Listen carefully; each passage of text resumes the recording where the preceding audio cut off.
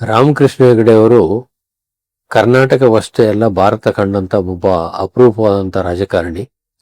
ಸಾರ್ವಜನಿಕ ಬದುಕಿನಲ್ಲಿ ಉತ್ತರದಾಯಿತ್ವ ಇರಬೇಕು ಮತ್ತು ಅಧಿಕಾರ ಕೇಂದ್ರೀಕೃತವಾಗಬಾರದು, ವಿಕೇಂದ್ರೀಕರಣ ಆಗಬೇಕು ಮತ್ತು ಸಾರ್ವಜನಿಕ ಬದುಕಿನಲ್ಲಿ ಪಾರದರ್ಶಕತೆಯಿಂದ ಪ್ರಾಮಾಣಿಕತೆಯಿಂದ ಬದುಕಬೇಕು ಅನ್ನೋದನ್ನ ಜಗಜ್ಜಾಹೀರು ಮಾಡಿದಂತ ಒಬ್ಬ ಅದ್ವಿತೀಯವಾದಂತ ನಾಯಕರವರು. ಅವರು ಅಧಿಕಾರದಲ್ಲಿದ್ದಂತ ಸಂದರ್ಭದಲ್ಲಿ ಕರ್ನಾಟಕದಲ್ಲಿ ಅಧಿಕಾರ ವಿಕೇಂದ್ರೀಕರಣವನ್ನು ಜಾರಿ ತಂದು ಜಿಲ್ಲಾ ಪರಿಷತ್ ಮತ್ತು ಮಂಡಲ ಪಂಚಾಯಿತಿ ವ್ಯವಸ್ಥೆಯನ್ನ ಕರ್ನಾಟಕದಲ್ಲಿ ಜಾರಿ ತರೋದ್ರ ಮುಖಾಂತರ 18 ವರ್ಷದ ವಯಸ್ಸಿನವರಿಗೆ ಪ್ರಪ್ರಥಮವಾಗಿ ಮತದಾನದ ಹಕ್ಕನ್ನು ಕೊಟ್ಟಂತವ್ರು ಮತ್ತು ಮಹಿಳೆಯರಿಗೆ 25% ಮೀಸಲಾತಿಯನ್ನು ಕೊಟ್ಟಂತವ್ರು ರಾಮಕೃಷ್ಣ ಹೆಗಡೆ ಅವರು. ಇಂದಿಯೂ ಕೂಡ ಜಿಲ್ಲಾ ಪರಿಷತ್ ಮಂಡಲ ಪಂಚಾಯಿತಿ ವ್ಯವಸ್ಥೆ ಒಂದು ಆದರ್ಶ ವ್ಯವಸ್ಥೆ ಅಂತೇಳಿ ಹೆಸರನ್ನು ಪಡೆದಿದೆ. ಅದೇ ರೀತಿಯಲ್ಲಿ ಸಾರ್ವಜನಿಕ ಬದುಕಿನವರಿಗೆ ಇರೋವರಿಗೆ ಉತ್ತರದಾಯಿತ್ವ, ಅಕೌಂಟಬಿಲಿಟಿ ಇರಬೇಕು ಅನ್ನೋ ಕಾರಣಕ್ಕೆ ಲೋಕಾಯುಕ್ತ ಸಂಸ್ಥೆಯನ್ನ ಪ್ರಪ್ರಥಮ ಬಾರಿಗೆ ಕರ್ನಾಟಕದಲ್ಲಿ ಪ್ರಾರಂಭ ಮಾಡಿದ್ದು ಕೂಡ ರಾಮಕೃಷ್ಣ ಹೆಗಡೆ ಅವರೇ.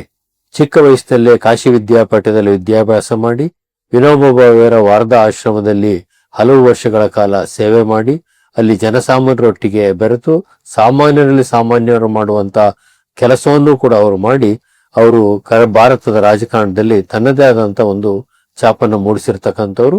1962ರ ಭಾರತ ಚೀನಾ ಯುದ್ಧದ ಸಂದರ್ಭದಲ್ಲಿ ಪಂಡಿತ್ ಜವಾಹರ್ಲಾಲ್ ನೆಹರೂರವರು ದೇಶದ ಸಂಕಷ್ಟ ಸ್ಥಿತಿಯಲ್ಲಿ ದೇಶದ ಜನರೆಲ್ಲರೂ ಕೂಡ ತಮಗೆ ಹಣಕಾಸಿನ ಮತ್ತು ಬಂಗಾರದ ನೆರವನ್ನ ನೀಡಬೇಕು ಅಂತ ಕೇಳಿದಾಗ ರಾಮಕೃಷ್ಣ ಹೆಗಡೆ ಅವರು ಮತ್ತು ಅವರ ಪತ್ನಿ ಶ್ರೀಮತಿ ಶಕುಂತಲಾ ಹೆಗಡೆ ಅವರು ಮೈಮೇಲಿದ್ದಂತ ಎಲ್ಲ ಆಭರಣಗಳನ್ನು ಕೂಡ ರಾಷ್ಟ್ರಕ್ಕೋಸ್ಕರ ಕೊಟ್ಟಿದ್ದಷ್ಟೇ ಅಲ್ಲದೆ ಶ್ರೀಮತಿ ಶಕುಂತಲಾ ಹೆಗಡೆ ಅವರು ತಮ್ಮ ತಾಳಿಯೂ ಸೇರಿದಾಗೆ ಇದ್ದ ಎಲ್ಲ ಆಭರಣವನ್ನು ದೇಶಕ್ಕೋಸ್ಕರ ಕೊಟ್ಟು ಆವತ್ತಿನಿಂದ ಇವತ್ತಿನವರೆಗೆ ಶಕುಂತಲಾ ಹೆಗಡೆ ಅವರು ಮೈಮೇಲೆ ಯಾವುದೇ ಆಭರಣವನ್ನು ಕೂಡ ತೊಡದೇ ಇರುವಂತ ಒಂದು ಬದ್ಧತೆಯನ್ನ ಪ್ರದರ್ಶನ ಮಾಡ್ಕೊಂಡು ಬಂದಿದ್ದಾರೆ.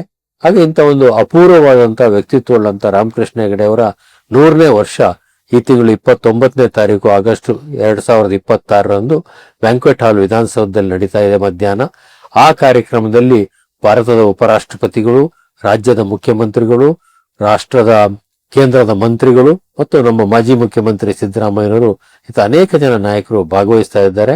ರಾಮಕೃಷ್ಣ ಹೆಗಡೆ ಅವರ ಆದರ್ಶ, ಅವರ ಮೌಲ್ಯಾಧಾರಿತ ರಾಜಕಾರಣ, ಅವರಿಗೆ ಸೈದ್ಧಾಂತಿಕ ಬದ್ಧತೆ ಇವೆಲ್ಲವೂ ಕೂಡ ಇವತ್ತಿನ ಯುವ ಪೀಳಿಗೆಗೆ ಪರಿಚಯ ಮಾಡಿಕೊಡುವಂತ ಒಂದು ಪ್ರಾಮಾಣಿಕವಾದಂತ ಪ್ರಯತ್ನವನ್ನ ರಾಮಕೃಷ್ಣ ಹೆಗಡೆ ಶತಮಾನೋತ್ಸವ ಸಮಿತಿ ಮಾಡ್ತಾ ಇದೆ.